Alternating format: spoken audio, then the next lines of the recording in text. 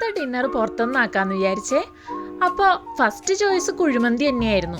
അവിടെ ചെന്നപ്പോൾ അവിടുത്തെ ഗാർലിക് നാനും പനീർ ബട്ടർ മസാല അടിപൊളിയാണെന്ന് അറിഞ്ഞു. അപ്പോൾ അതും കൂടി ഒന്ന് ട്രൈ ചെയ്യാമെന്ന് വിചാരിച്ചാൽ അതും ഓർഡർ ചെയ്തു. നമുക്കപ്പോൾ ഒട്ടും സമയം കളയാണ്ട് നേരെ ബട്ടർ നാൻ ഒന്ന് ടേസ്റ്റ് ചെയ്ത് നോക്കാം. അതും ഗാർലിക് ബട്ടർ നാൻ, അതിൻ്റെ കൂടെ നല്ല തിക്കായിട്ടുള്ള പനീർ ബട്ടർ മസാലയും കൂടി. ഒരുപാട് കഴിച്ച് വയറ് ഇറക്കരുതെന്ന് മുന്നേ കൂട്ടി തീരുമാനിച്ചു. കുഴിമന്തി അവിടെ സൈഡിൽ വെയിറ്റിംഗ് ആണേ.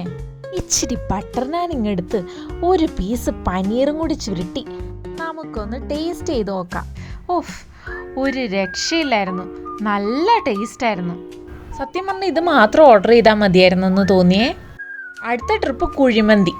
അൽഫാം മന്തിയാണ് ഓർഡർ ചെയ്തത്. മന്തി ഏത് ഓർഡർ ചെയ്യണമെന്ന് നല്ല കൺഫ്യൂഷനായിരുന്നു. കുറേ വെറൈറ്റീസ് ഉണ്ടായി അവർക്ക്.